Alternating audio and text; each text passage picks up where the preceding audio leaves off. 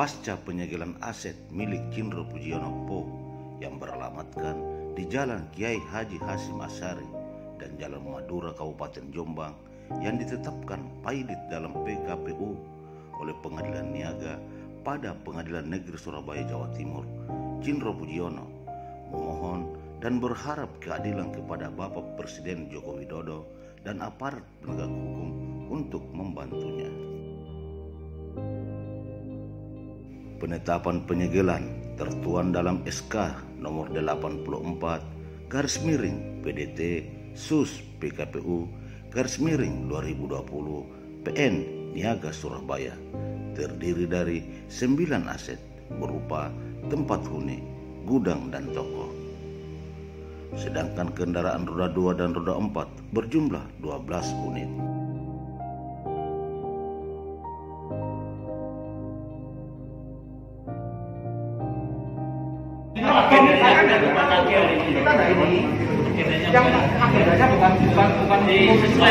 Saya waktu menyerahkan mobil saya Innova itu hari Jumat, tepatnya tanggal 27 Agustus tahun 2021. Itu Pak Cindro serahkan langsung ke kurator ya? Langsung disaksikan sama istri saya, sama lawyer saya. Penyerahannya di mana? Waktu saya penyerahan itu kebetulan saya di lapangan Polda Jawa Timur ya? Jawa Timur, Polda Jawa Timur. Kok bisa sampai ke Polda penyerahannya itu Pak Cindro? Waktu itu saya dilaporkan di Polda.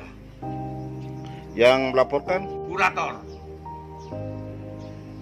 Tapi kok mobil yang disita oleh kurator kok bisa sampai dipakai ke Jombang waktu penyegelan itu kok? Gimana ceritanya? Yaitu saya sangat menyesal. Wong itu adalah mobil budel saya. Maksudnya itu adalah mobil saya yang diambil oleh kurator dalam budel pilot. Maksudnya diminta oleh kurator dalam budel pilot. Akhirnya saya serahkan. Saya nggak mau Pak, kalau saya itu dianggap saya nakal, saya nggak mau. Apakah Bapak keberatan terkait mobil yang disita terus dipakai oleh kurator ke Jombang? Sangat keberatan. Makanya itu saya mohon dari aparat keamanan maupun aparat hukum yang mengerti kasus saya ini, saya mohon bantuannya. Apakah itu dibenarkan atau tidak? Ada enggak tanda terimanya terkait penyitaan mobil itu Pak Cindro? Masalah tanda terima, kalau sekarang saya nggak bawa, aslinya ada di pengacara saya. Tapi waktu saya mendapatkan tanda terima, sempat saya foto. Ini di foto ya. Jadi tanda terima Cindro Pujiono Po Ratna Juwita 1 unit mobil Toyota Kijang Innova 20G AT dengan plat nomor S1263 ZJ ya, tahun 2018. Nah, ini saya serahkan, terus saya dikasih tanda terima macam ini. Tidak ada kop kurator, tidak ada stempel kurator. Pertanyaannya saya, kurator tidak ada stempel, tidak ada, tapi terus dibawa, termasuk BPKB-nya. Jadi ini ada BPKB ya, faktur STN, ini ada semua. Ini di sini fakturnya ya, ini faktur, ini foto saya waktu menyerahkan di lapangan Polda ini ya. Terus ini lagi speedometer sudah saya foto, dan ini tanda terimanya. Ini saya yang buat tanda terima, kondisi mobil saya bagus ya, termasuk kilometer sudah ditulis ini. Nah, ini sempat saya tanya kok ndak disetempel, sudah itu aja cukup, katanya gitu. Ya sudah, kita manut aja. Nah ini contoh. Jadi saya memang sudah saya serahkan.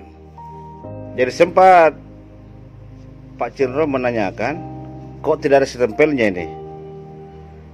Iya, sempat menanyakan itu. Saya sempat tanya, ini kok nggak disestempel dan tanda terimanya kok cuma ini, nggak pakai kop.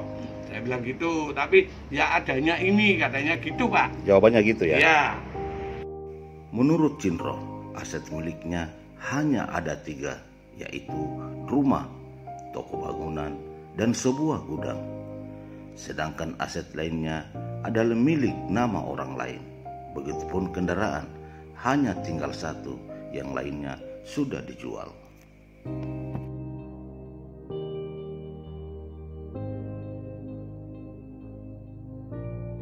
Itu saya sudah ngomong. Nah, tapi hasilnya ya tetap seperti ini. Dan untuk PT SBKM Sumber Bina Karya Mandiri, saya tidak punya hutang, 0 ya. Itu sudah di take over oleh PT Abadi Mitra Bersama Perdana. Nah, itu sudah ada bukti surat somasinya dari lawyernya. Nah, somasinya mengatakan bahwa PT SBKM atau Sumber Bina Karya Mandiri sudah di take over oleh PT Abadi Mitra Bersama Perdana. Saya sudah ada surat somasinya dan itu sudah saya tunjukkan. Mengenai bukti yang dalam persidangan kepailitan di PKPU, itu hanya fotokopi dari fotokopi pemohonnya ya, yang PT Samudra Baja Dunia. Itu tidak ada bukti asli. Sedangkan MA 3609 jurisprudensi itu mengatakan bahwa dalam persidangan bukti fotokopi dan fotokopi tidak bisa menunjukkan aslinya, harus dikesampingkan, dan itu dikuatkan oleh pasal Perdata 1888. Bunyinya sama. Saya mendapatkan surat somasi dari lawyernya pada tanggal 27 Juli tahun 2020 yang menyatakan bahwa PT Sumber Bina Karya Mandiri sudah di take over oleh PT Abadi Mitra Bersama Perdana. Berarti hutang saya kan sama PT Abadi Mitra Bersama, bukan Sumber Bina Karya Mandiri. Nah, tapi kenapa kok bisa digugat di PKPU dan dikabulkan? Waktu di dalam persidangan verifikasi itu saya sudah mengatakan, apa bisa bukti fotokopi dari fotokopi saya bayarnya juga dengan uang fotokopi. Nah, pada tidak bisa menjawab. Bahkan saya mengatakan, kalau saya punya uang fotokopi 50.000, apakah bisa dibelikan rokok atau kopi? Nah, mereka pada tidak bisa menjawab, hanya diam aja. Tapi hasilnya saya seperti ini. Seandainya pihak kreditur bisa menunjukkan aslinya, langkah-langkah apa yang akan diambil, Pak? Begini, Pak. Kalau memang kreditur khususnya PT Samudra Baja Dunia bisa menunjukkan bukti hutang saya asli, akan saya bayar semuanya. Itu konsekuensi saya. Dan untuk SBKM ya, saya tidak bisa. Karena apa? Karena sudah di take over sama PT Abadi Mitra Bersama. Nah, PT Abadi Mitra Bersama, saya masih bayar karena itu janjinya nyicil, dan saya berjalan tidak ada wan prestasi. Aset yang dibacakan oleh jurusita bersama kurator itu kan ada 9, tapi yang Pak Cindro akui cuma ada 3. Bagaimana ceritanya itu, Pak? Nah, itu yang saya sayangkan, karena sebelum keluar penetapan budel pilot itu saya terlebih dahulu didatangi sama kurator maupun Pak Joko. Saya sudah mengatakan bahwa aset saya yang benar itu hanya 3 atas nama saya. Tapi beberapa hari kemudian saya mendapat relas, dan teman-teman saya juga mendapatkan relas, berbunyi pada hari Selasa tanggal 31 akan melakukan penyegalan. Nah, itu yang saya sayangkan. Kenapa orang hukum kok bisa melakukan kesalahan? Harusnya kan diperiksa teliti. Nah, ini bikin malu saya. Saya sangat-sangat malu. Saya sudah disegeli rumah, terus rumah tetangga juga mau disegel. Lah, ini yang saya sangat-sangat sayangkan. Saya mohon untuk aparat keamanan, saya minta keadilan.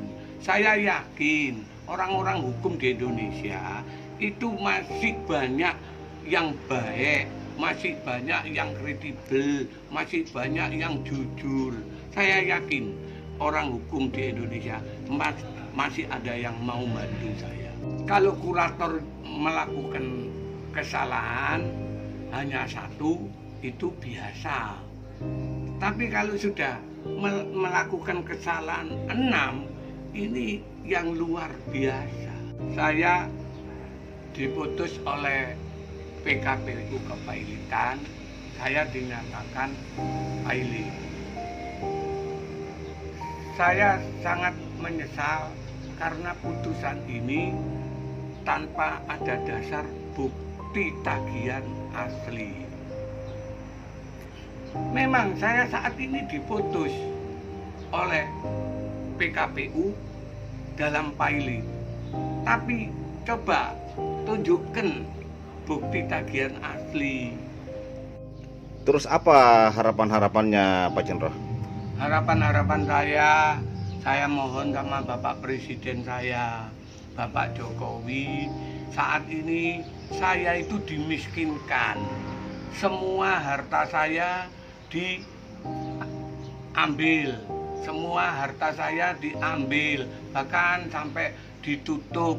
Saya ngambil kasur aja enggak boleh. Saya mohon sama Bapak Jokowi, karena saya ini dimiskinkan, dan saya dimiskinkan saya tanpa ada bukti tagihan hutang yang asli.